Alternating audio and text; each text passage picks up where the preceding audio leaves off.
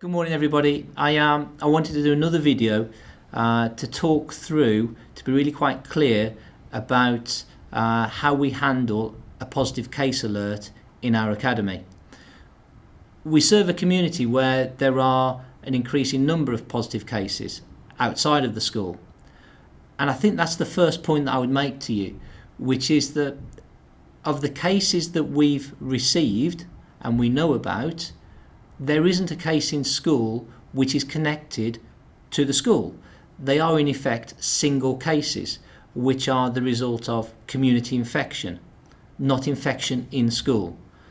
And in my most recent conversation with Public Health England, they did use the term COVID secure to refer to the school, which means that we are trying our very, very best to be safe in all of our procedures.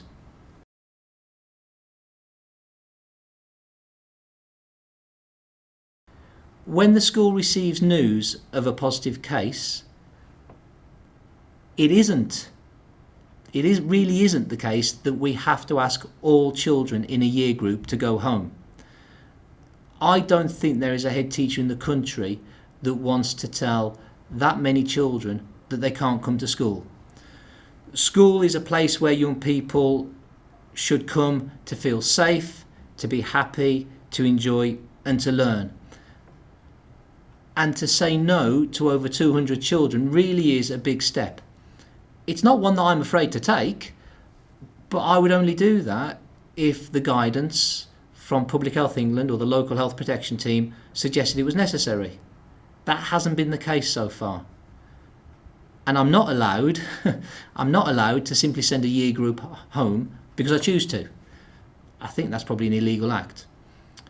So when we receive a positive case, I immediately call the DFE, the Department for Education, their helpline, and report that case and report the number of students involved, the year group, information about the school. I then also complete a form for our local health protection team, which articulates how many students are involved, the case is, and what our suggested actions are. And invariably there is a conversation around that too. I alert our governors, I alert the local authority, and also our trust partners, Ormiston Academies Trust.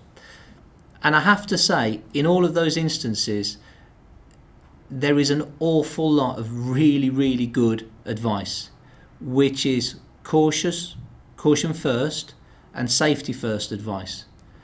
The local authority and the local health teams are just working incredibly hard, and they're really, really good people who are giving us good support and good advice.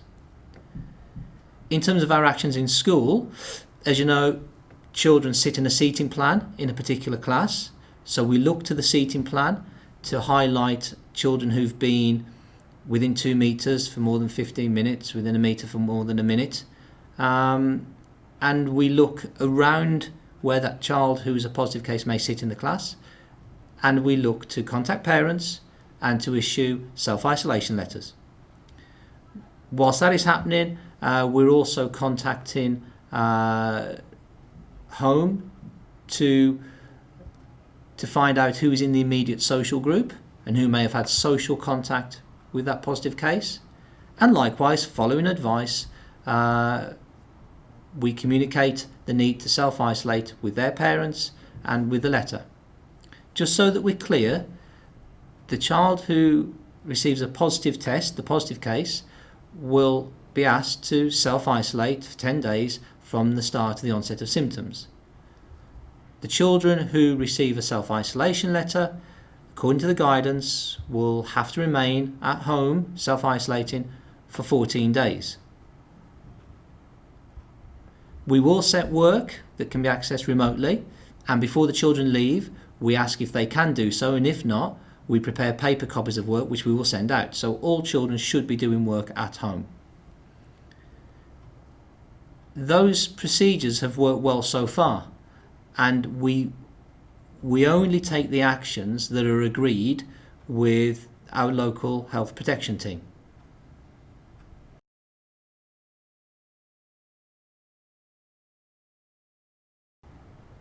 When we inform all parents about a positive case in school, there is a general letter. It's a template letter, a DFE letter, which we send. Initially, that letter didn't articulate the year group. We've now amended that because we feel it's appropriate that parents know the year group. My concern would be that we don't go trying to chase who the child may be who has received a positive test in that respect, because their anonymity is really important.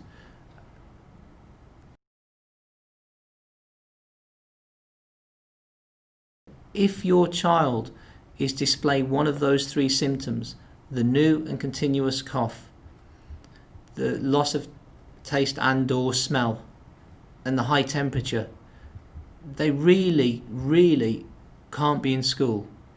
They have to be at home, they have to self-isolate, and they have to take a test.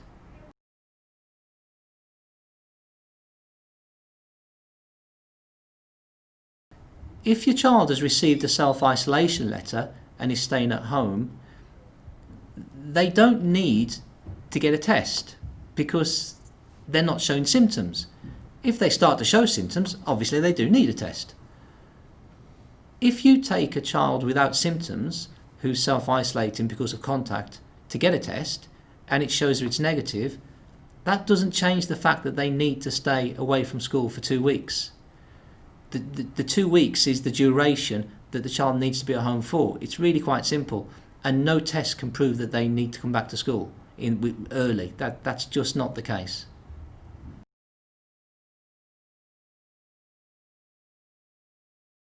If a child has symptoms and tests positive and they self-isolate,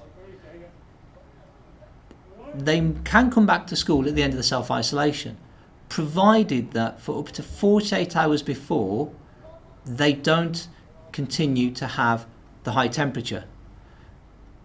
I understand that the loss of taste and/or smell and a cough may continue for some time for lots of people beyond the period of self-isolation. The thing to be really careful, as I understand it, is that temperature isn't high for at least 48 hours before the return to school. And there isn't anything in guidance anywhere that suggests that a child who's tested positive has to be retested and have a negative result before they can come back. That isn't the case. There isn't the need for that extra test. I do really understand the concerns that parents and carers have. It is a really, really difficult time. I've said many times, I wish we weren't operating in this way. I wish we weren't having to do the things we do. What I would urge you as parents and carers to please reflect on is the actions that we take in the instance of a positive case are not my actions, are not the school's actions. They are actions which are guided by the health professionals and the people I talk with within the health protection team and Public Health England, who really are doing a fabulous job and giving us really, really good advice.